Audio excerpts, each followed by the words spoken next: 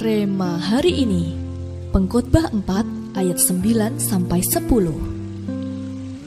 Berdua lebih baik daripada seorang diri, karena mereka menerima upah yang baik dalam jerih payah mereka.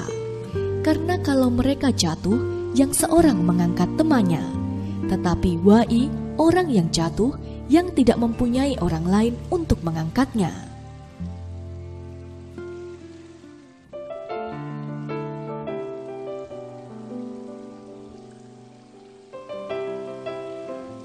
Krisis ekonomi akibat pandemi COVID-19 mulai terjadi di mana-mana. Dalam kelompok sel Tina, ada beberapa orang yang kehilangan pekerjaan. Sebagai ketua komsel, ia tidak bisa tinggal diam. Ia rangkul anak-anak selnya yang tidak bisa bekerja lagi dengan memberikan berbagai macam ide bisnis yang modalnya kecil dan resikonya kecil. Dari menjahit masker, delivery makanan, membuat makanan yang dititipkan di tempat jualan jajanan pasar, sampai ide untuk menanam sayur dan ternak ikan dengan teknik aquaponik. Ia tidak segan-segan mengajarkan kepada anak-anak selnya semua pengetahuan yang ia ketahui. Tina juga bahkan ikut membeli produk yang anak-anak selnya buat. Puji Tuhan, ekonomi anak-anak selnya perlahan mulai dipulihkan. Bahkan mereka dapat menjadi berkat melalui acara bakti sosial yang diadakan kelompok selnya. Sungguh luar biasa, di tengah-tengah krisis mereka dapat bangkit menjadi terang bagi orang-orang yang memerlukan.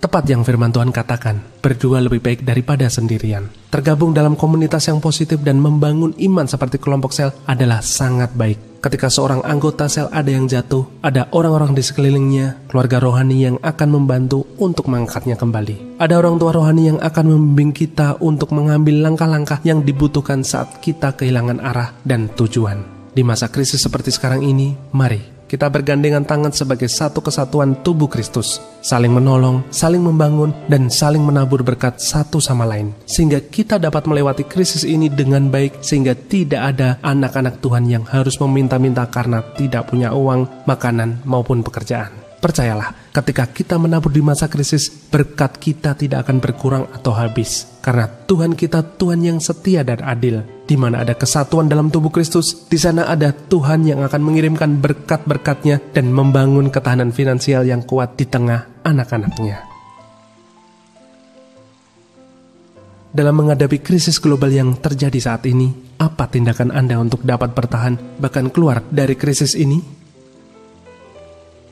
Sebagai ketua kelompok sel dan sebagai saudara seiman, sudahkah Anda saling tolong-menolong dan saling membangun untuk membawa banyak anak-anak Tuhan keluar dari keterpurukan karena kehilangan pekerjaan atau penghasilan? Ide-ide apa saja yang Anda miliki untuk Anda bisa bagikan kepada saudara seiman Anda agar dapat keluar dari krisis? Jelaskan.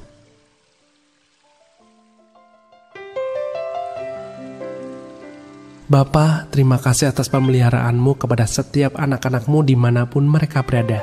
Kami percaya walau jatuh, kami tidak akan tergeletak. Kami akan bangkit dan berjalan kembali, bahkan terbang bersamamu, melintasi badai persoalan dan tampil sebagai pemenang. Sebab tanganmu menopang kami. Kami mau bangkit untuk menabur dan peduli dengan sesama kami, terutama terhadap keluarga, kelompok sel kami. Sehingga tidak ada yang kekurangan atau kelaparan, sebab kami saling bergandengan tangan dan saling menopang satu sama lain dalam krisis ini. Di dalam nama Tuhan Yesus kami berdoa. Amin. Di masa krisis, kita perlu bergandengan tangan sebagai satu kesatuan tubuh Kristus dan saling menabur berkat.